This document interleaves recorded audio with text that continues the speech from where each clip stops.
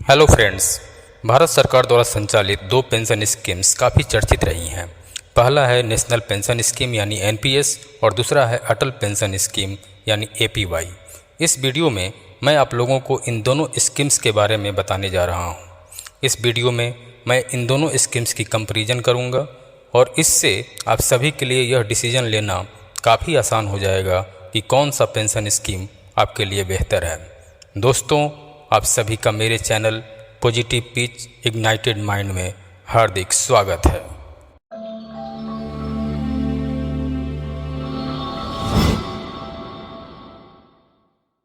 दोस्तों, एनपीएस यानी national pension scheme की शुरुआत भारत सरकार द्वारा 2004 में की गई।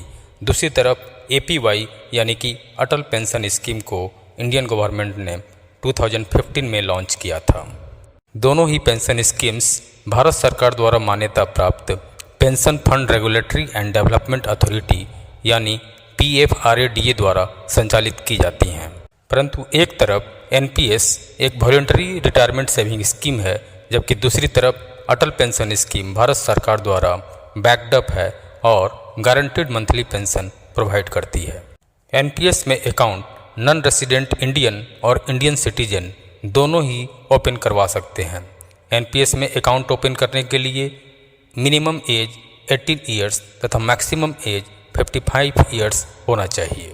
दूसरी तरफ अटल पेंशन स्कीम में केवल इंडियन सिटीजन ही अकाउंट ओपन करवा सकते हैं। इसके लिए एज मिनिमम 18 ईयर्स तथा मैक्सिमम 40 ईयर्स होना चाहिए। दोस्तों, एनपीएस में लोगों द्वारा इन्वेस्टेड मनी को 3 सेक्टर में पीएफआरएडीए द्वारा निवेशित किया जाता है। ये 3 सेक्टर्स हैं: government securities, fixed income and equity. आपके द्वारा निवेशित मनी आपके एज तथा रिस्क प्रोफाइल के अनुसार इन 3 सेक्टर्स में डिसिप्लिन्ड वे में निवेशित की जाती हैं। पास्ट हिस्ट्री के ट्रेंड को देखते हुए अप्रॉक्स 8 to 10% एनुअल ग्रोथ लंबे समय तक निवेशित रहने पर मिल जाता है। अतः कहा जा सकता है कि एनपीएस लगभग 8 to 10% तक का कंपाउंड इंटरेस्ट देता है। 60 ईयर्स के होने पर आप टोटल एक्यूमुलेटेड अमाउंट में से मिनिमम 40% और मैक्सिमम 100% को पेंशन के लिए चुन सकते हैं। तब आपको उस अमाउंट पर अप्रॉक्स 6% के दर पर हर मंथ पेंशन मिल जाता है। दूसरी तरफ अटल पेंशन योजना में पेंशन का अमाउंट फिक्स होता है, जो 1000 रुपीज़ या 2000 रुपीज़ या 3000 रुपीज़ या 4000 रुपीज़ या अधिकतम 5000 रुपीज़ हो सकता है। पेंशन का यह फिक्स्ड अमाउंट आप अकाउंट ओपन करते समय चूज करते हैं और उसे भी आप कभी भी अपग्रेड या डाउनग्रेड कर सकते हैं। दोस्तों, इस योजना में 5000 रुपीज़ मंथली से अधिक पेंशन आप नहीं ले सकते। इसलिए मंथली, क्वार्टरली या हाफ ईयरली आपके द्वारा निवेशित राशि भी फिक्स होती है। यह कंट्रीब्यूशन अमाउंट इस योजना में ज्वाइनिंग के समय आपकी उम्र के अनुसार फिक्स्ड हो जाता है। चलिए एक टेबल के थ्रू इसे समझते हैं कि अटल पेंशन योजना में मंथली कंट्रीब्यूशन किस प्रकार एक ही पेंशन अमाउंट के लिए अलग अलग होती है। इसके लिए हम लोग 2 एज ग्रुप के लिए कंसीडर करेंगे। यदि आपकी उम्र 20 ईयर्स है तो आपको 50 रुपीज़ मंथली कंट्रीब्यूट करना होगा।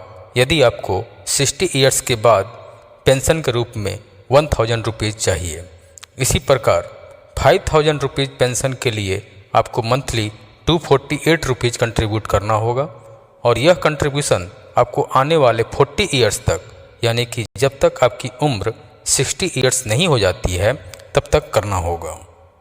अब यदि आपकी उम्र 40 ईयर्स है तो 1000 रुपीज़ पेंशन के लिए आपको अगले 20 ईयर्स तक मंथली 291 रुपीज़ कंट्रीब्यूट करना होगा और 5000 रुपीज़ पेंशन के लिए मंथली 1454 रुपीज़ कंट्रीब्यूट करना होगा। अब यदि आप इसे एनपीएस से तुलना करें और आपको लगे कि यदि सेम अमाउंट आप इतने ही वर्षों तक एनपीएस में इन्वेस्ट करते तो आपको कितना पेंशन मिलता, तो चलिए एनपीएस पेंशन कैलकुलेटर के थ्रू यह जान लेते हैं। यदि आप एनपीएस में 50 रुपीज़ मंथली कंट्रीब्यूट 20 ईयर्स की एज में शुरू करते और 60 वर्ष के होने पर अपनी 100% एक्यूमुलेटेड अमाउंट को पेंशन के लिए चूज करते और एनपीएस से अप्रॉक्स 8% एनुअल रिटर्न मिलता तो आपके द्वारा इन्वेस्टेड अमाउंट 24,000 रुपीज़ रहती। 8% एनुअल कंपाउंड इंटरेस्ट के अनुसार 60 ईयर्स के एज में आपका एक्यूमुलेटेड अमाउंट रहता अप्रॉक्स 1,75,714 रुपीज़ और 60 ईयर्स के बाद किसी भी एन्युटी प्लान में अप्रॉक्स 6% एनुअल इंटरेस्ट के अनुसार आपका पेंशन अमाउंट होता 879 रुपीज़ अप्रॉक्स।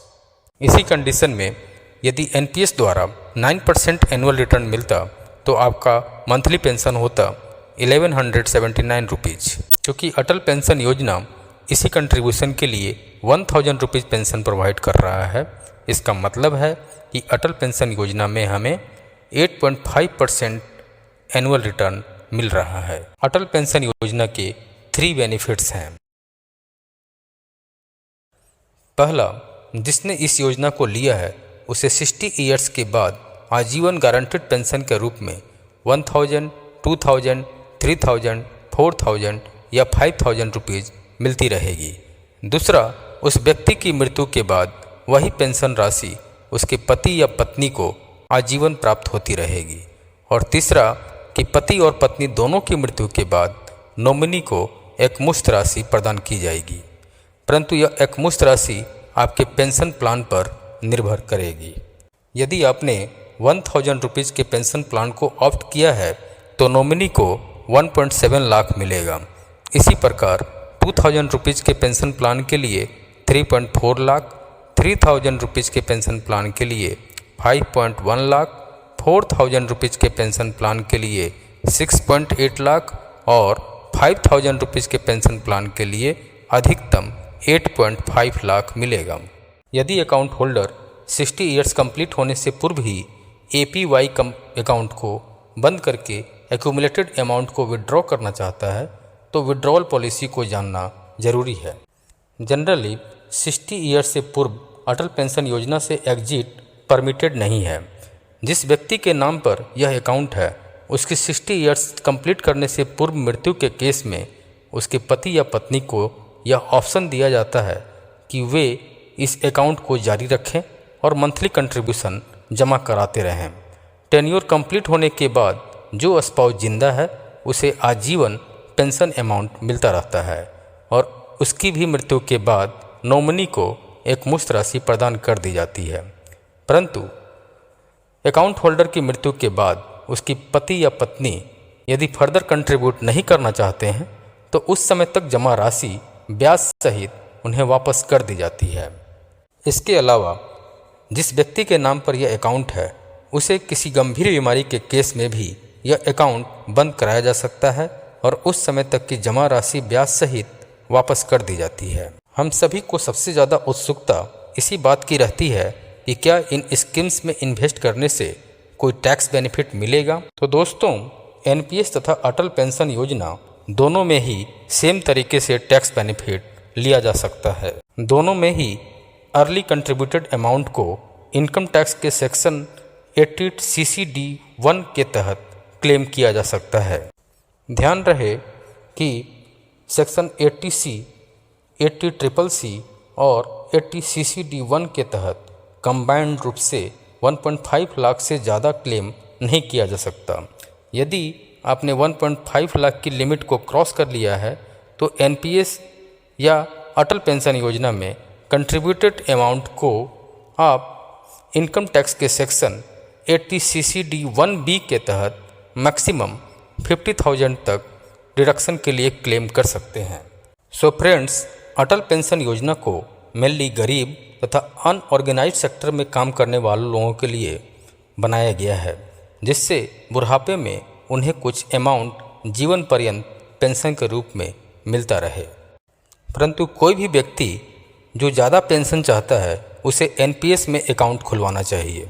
एडिशनली उसे अटल पेंशन योजना में भी अकाउंट खुलवाना चाहिए, क्योंकि इसमें पेंशन अमाउंट भले ही कम हो परंतु फिक्स्ड होती है और कंसर्न पर्सन की मृत्यु के बाद भी उसके स्पाउस को जीवन पर्यंत मिलती रहती है। इसके अलावा इस योजना का सबसे बड़ा लाभ यह है कि पति पत्नी दोनों की मृत्यु के बाद भी नॉमिनी को एक मुश्त राशि लौटा दी जाती है।